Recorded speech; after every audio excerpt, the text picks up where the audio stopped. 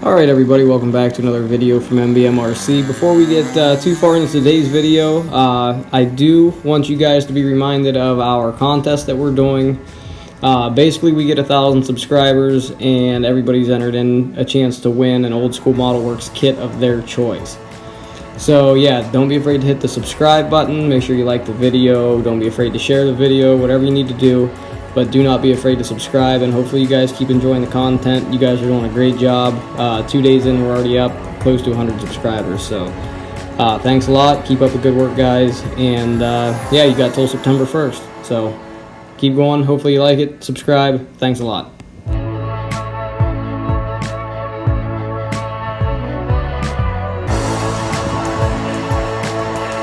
Welcome back to another video from MBMRC. This is Brian here today. I just wanted to go over some battery stuff with you guys real quick today. Not going to be a real lengthy video.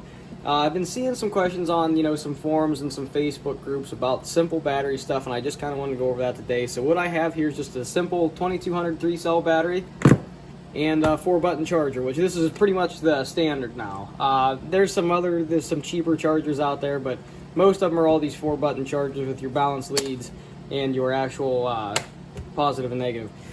So first thing I want to start out with is it seems like a lot of people get confused on just the terminology on the front of this battery, and it is a little bit confusing if you're getting into it. So 11.1 volts, that tells me that it's 3 cells. It also says 3 cell right here. 24.42 watt hours. You don't typically see that on a lot of batteries. It is on some of them. This 25C rating, that's your discharge rating. So that means that if you can discharge 25C, like a burst discharge. So the higher the discharge, the more of I want to call it like a performance battery you have. So if you've got like a plane that's real hot and it's got a real hot setup on it, you're probably going to want, something with a higher discharge rating on it, only because the motor and the ESC can pull more out of that battery at one time without harming the battery. So this is more of the kind of like a sport battery, I would call it. It's by no means, it's not for something that's, going to be doing 85, 90 mile an hour. But the thing I like with this is I can get 2 of these on Amazon for, I think, right around $20, and that's a pretty good deal. But so the next thing I want to go into is the milliamp hours. So the milliamp hours of a battery is almost kind of like your fuel tank. That tells you how much time that you're going to have with the specific setup, and obviously that discharge rate does get you have to include that in the equation a little bit, but for the most part, a 2200 to 2200. I know for a 15 size motor and a 2200 milliamp hour battery, you're looking at right around 5 or 6 minutes, which obviously it's not too bad. But this is 2200 milliamps. That would be basically an average size battery. I mean, you can get all the way up to let me see what I got here. Yeah, here's a 4500 milliamp hour 3 cell. This is what I use for my gliders. But whenever you go to charge this, it says here on the back, charging with a 1C rate is recommended. Never charge over a 2C rating. So basically what they're telling you is they want you to charge it with a 1C, but if you're at the field and you want to go back up, you can charge it with a 2C, but not over it. So what that means is a 1C rating would be just take the zeros off the back of this and put a decimal between those 2's. So you're going to have 2.2 amps is what you charge that battery at. That is a 1C rating. Now again, just for demonstration, let's take this 4500. If they want to discharge it at a 1C rating, you would do 4.5 amps to charge it on.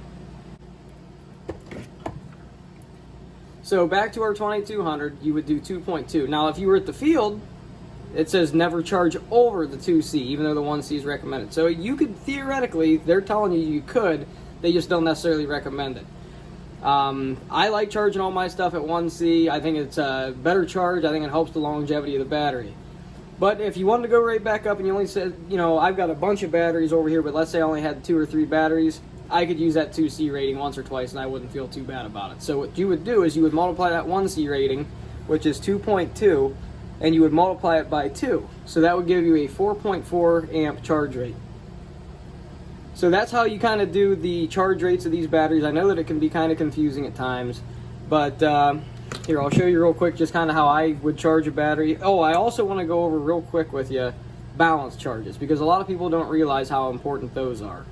So, again, let's say you only have 2 or 3 batteries. You balance charged all your batteries before you got to the field.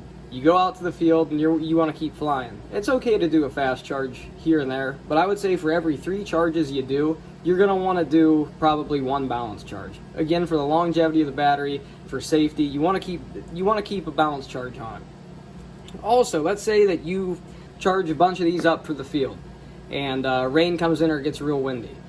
You're going to run into a situation where you have, your batteries are charged up, but you can't do nothing with them. You can always discharge them. That takes a pretty substantial amount of time. It should say on here someplace, yeah, right here.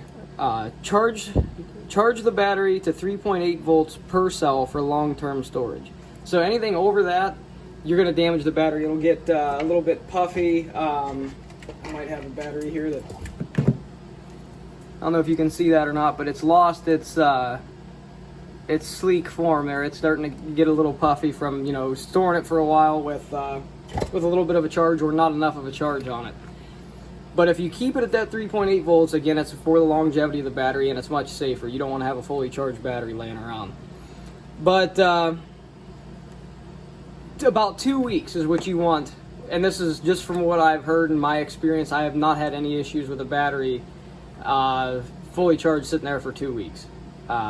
You could discharge them if you wanted to. Like I said, that's it takes a substantial amount of time, and you kind of got to babysit it anyways.